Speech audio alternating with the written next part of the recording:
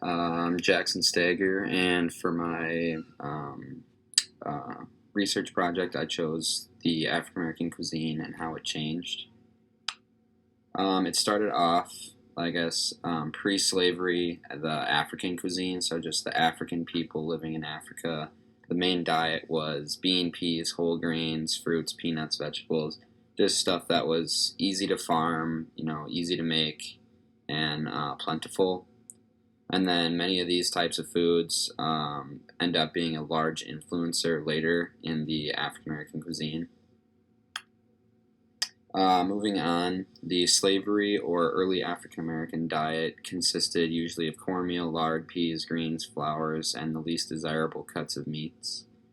But with all these least desirable cuts of meats, the least desirable vegetables or ingredients, this slave diet is what actually led to many culinary discoveries by African Americans, and then has continued to influence like culinary dishes today, just by continuing on the dishes that they've already created. And then more recently, the African American diet or soul food consists of black eyed peas, candied yams, sweet potatoes, macaroni and cheese, stewed greens, fried fish, chicken or pork, and then gumbo. And then those are just, a certain one. There's a bunch more. All the foods listed are considered soul foods, and then most of them are actually very high in saturated fats, like most African American soul foods are very high in saturated fats, so they're not very good for you, but they do taste very good.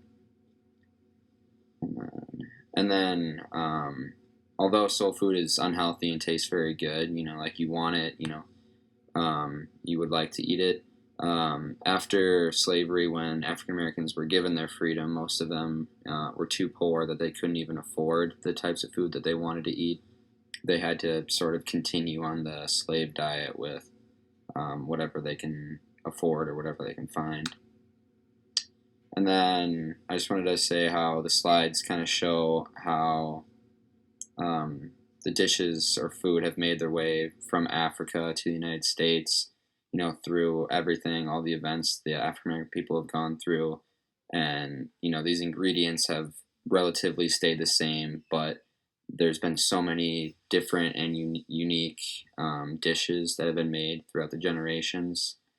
And then, just all these different dishes with the same ingredients or, different ingredients made me think about gumbo and, of course, the African American people as a whole. Like gumbo is made up of a bunch of different ingredients, and you can put anything in a gumbo and it'll be a good gumbo. And then that made me think of class and how African Americans, some of them or all of them look different. Not everyone looks the same, but everyone's the same. And I think this video on gumbo explains, not only how to make a gumbo, but it also talks about the origins of gumbo and okra and how that's related, and also like how it started or was named in Africa and made its way to the United States.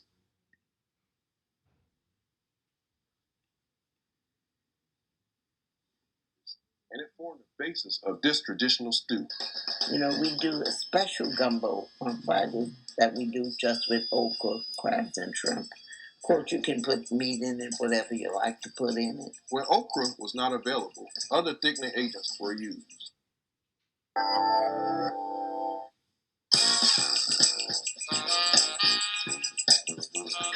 Sometimes it can do a lot over some food. In New Orleans, we do a lot over food. We meet and plan big things over food. Gumbos are good mixtures of things, of food, and sometimes I say people are like gumbo pot. It takes all different kinds of people to make a good world, just like it takes all kinds of things to make a good bowl of gumbo. So, what goes into a good gumbo? I'm in New Orleans visiting a 95-year-old New Orleans chef, art and jazz lover, the legendary Leah Chase, for a master class in cooking this famous Louisiana dish. How you doing, Miss Chase? I am fine, Dr. Conyers. I am fine. I'm happy to be here. It's a pleasure to be here at your restaurant, the Doogie Chase Restaurant. It's an institution in the New Orleans community. Well, thank you so much, and I'm glad you're here. Oh, wow. You know, Dr. Conyers, you'll find all kinds of gumbos here in this city, but you know, I have not had a bad one.